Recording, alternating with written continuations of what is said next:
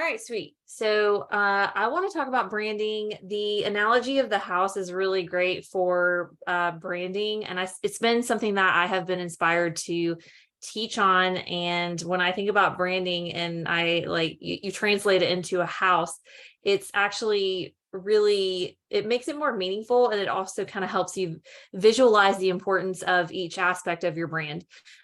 So the foundation is your core values, mission, and vision for your company. So there are some examples of values, and I'm actually going to be listing them in the documents on the course. So you'll be able to have access to that for inspiration, not for copy and pasting, but for inspiration.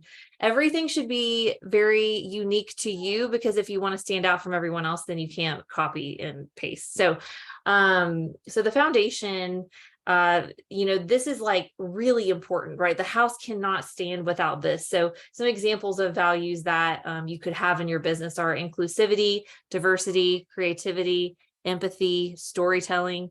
Those are all things that are conveyed in your work, what you do, how you operate, like literally everything in your business. So for me, storytelling and empathy have been two really big ones in my brand. Also, inclusivity and diversity is really important as well. But you can see from a photographer's like homepage what they value the most. For me, I have to say storytelling and empathy is one of the two big values that are just in every aspect of what I do.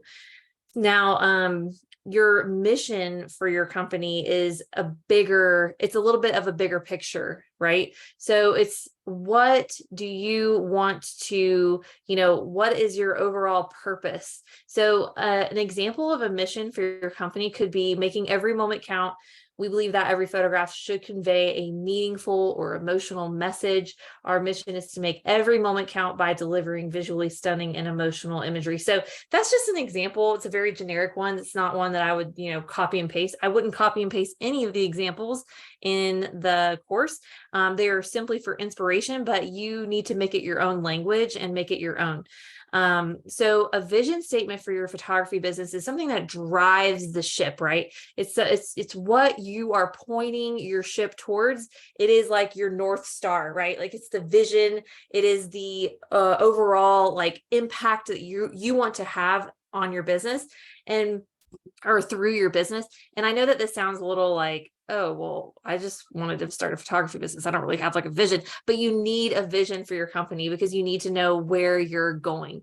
So the vision statement for your photography business brand should summarize your long-term goals and the impact that you want to make in the future. Like what kind of impact do you want to have on your clients' lives, right? It provides a sense of purpose and direction for your business. So it's really important to have these foundational aspects of your brand and to know them well. Because if you don't know them well, then no one else is going to be able to know them well. And if you don't know them well, then you are going to have a hard time communicating them. So it's really good to get familiar with this. And it's just such a huge part of creating a unique photography brand. Okay, now this is the exterior of the house, the visual aspects of the house. This is actually what most people think branding is. They think that it's just the logo, the colors, the overall aesthetic. It's like the siding and the paint of the house. Now, what is really important is consistency. So having a good color palette is great. Also for this, I would recommend using the website Coolors. It's COOLORS.co. It's a really weird website, but what's really cool about it is that you can take, and I think you can actually do this on Canva as well. You can take an image, like one of your images that you have that you've already taken, and maybe it's something that you're really proud of. You loved all the colors in the image, and you can actually create a color palette from your photography, which I highly recommend because it's going to make your brand be very consistent with your overall, like your photographs, and your website's going to be cohesive with your photography. So I really recommend extracting the colors from your photographs and basically inserting them into a color palette, and that be your brand colors. Oh yeah, let's talk about consistency real quick. So consistency is really important, not just with the colors and stuff that you use on your website. It's really important for your photographs. That is why I recommend using one preset and then adjusting it for all the different lighting settings. Now, what I have done is I have one preset and then I have multiple presets extracted from that. And if the lighting is really harsh, like I have like a harsh lighting preset, or like an indoor lighting preset, you can do that and you can create it from that one preset. But the key to presets is not, or the importance of presets is not to make your life easy necessarily. It's really to create consistency in your photographs, because consistency will build trust, right? So if you're consistently like producing similar like colors and similar aesthetics on your feed, like you are going to build that trust factor with your clients. Okay, so that's why that's important. As far as the branding of the interior of the house, okay, so the interior is important too. It is how you make people feel. When you walk into a house and you just like feel like, ooh, I'm very uncomfortable. Like, I don't really like it in here. So this is like the interior of your photography business is your brand's voice, your personality, the stories behind it. Like the interior is how you make people feel in your business when they interact with you and any of the touch points that you have. A touch point is simply a way or an area of your business that people come into contact with that has your name on it. So it could be your social media, could be your website, could be your DMs. It's basically just every single place where people can learn about you, interact with you, all of that. Another key is to speak the language of your ideal client. So you need to be, talking in their language, meaning it would be great if you could basically make them feel understood and get inside their head, like speak their thoughts. Okay. Because if you are speaking their thoughts on your website, on your social media, then they're going to feel that like comfort, and they're going to know that you understand them. And that is what people really want. People want to feel that connection and they want to feel understood. So I highly recommend you understanding your ideal client for that reason, because if you're speaking to everyone, you're essentially going to be speaking to no one. All right. This is the roof. I need to turn this. There we go. The roof is your business's protection and reputation. It's always good to have a good roof on your house. You got to protect your house from water damage, got to protect your house from all the elements.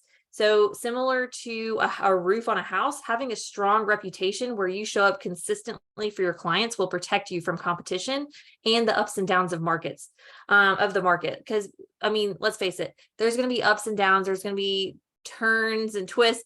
I actually went full time during a pandemic. Okay. So if anyone knows what it's like to have to, swerve and do things that you just had no idea that you were going to do.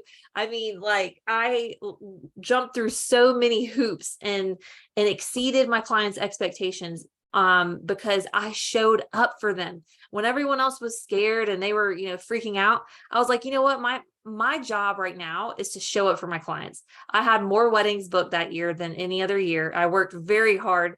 And I was so proud at the end of the year that I knew that I had done everything that I could do to exceed their expectations.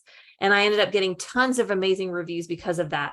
So that is why, sharing client testimonials is so important to build that reputation and trust, because people only want to book people that they trust, period. So that is why, sharing testimonials on your social media and your captions and your website and your experience guide, all of that is going to be key in building that trust factor, and people will not book you unless they trust you. So the most powerful testimonial you can share is video, but messages and DMs or even text screenshots are totally fine. But if you can get people to do a little selfie video on their experience with you, holy crap. And if you were to share that on your social media, that is huge. You could share that to your story, put it on a highlight on your Instagram, and people will absolutely fall in love with you. I promise. It's like so powerful, so incredibly powerful. Okay. Branding. Okay, so what you need to consider in all of this is that your branding is going to need updates. The good part is, once you get the solid foundation, it only requires some tweaking here and there. I will say I did a huge branding overhaul after after 2020 and after the insaneness of that year. I realized that I worked very hard to make the money that I did, and it's because I wasn't charging enough. So that is why it's really important to continue to evolve. Okay. Because you're always going to be evolving. You're always going to be gaining a deeper understanding of who your ideal client is. So in a year from now, you're going to have a way deeper understanding than you do right now. And that's okay. And that's good. Just like a house, your brand needs that regular maintenance and updating periodically. You need to stay relevant and in the forefront of your client's mind. So, continually updating your even your values and who you want to attract, right? Like, I have updated my values a lot because I realized that I want couples that want to enjoy their wedding day. And believe it or not, that is not something that every couple values highly. A lot of them want every single moment captured, and they have a type A personality, and they have a list of photographs that they want, and that is it. And that's not my couple. That's not my bride. That's not who I want to work with, because I've worked with those people and it's not fun for me. And so what I decided was I was going to create a brand that attracted couples who wanted to enjoy their wedding day. And guess what? That's exactly what I've done. Every single couple that I book has been, like, honestly, 90% of the couples that have booked me in the past 2 years have been couples who put that on the top of their priority list. And guess what? They have fun. I have fun. It's a blast shooting their wedding because they just want to enjoy every single moment. So it ends up being an amazing experience for all of us. And I feel more creative when I have the space to breathe, and when I know that, they trust me and they are just going to sit back and enjoy themselves. So I hope that makes sense. And I hope that this kind of conceptualizes the branding framework. And I've been wanting to do this for a little while. So I'm glad that, if you have any questions about any piece of this, go ahead and post in the group. I know that it is overwhelming at first, especially when you're first starting out and you don't really know exactly who you're speaking to. And that's okay. Take this one step at a time.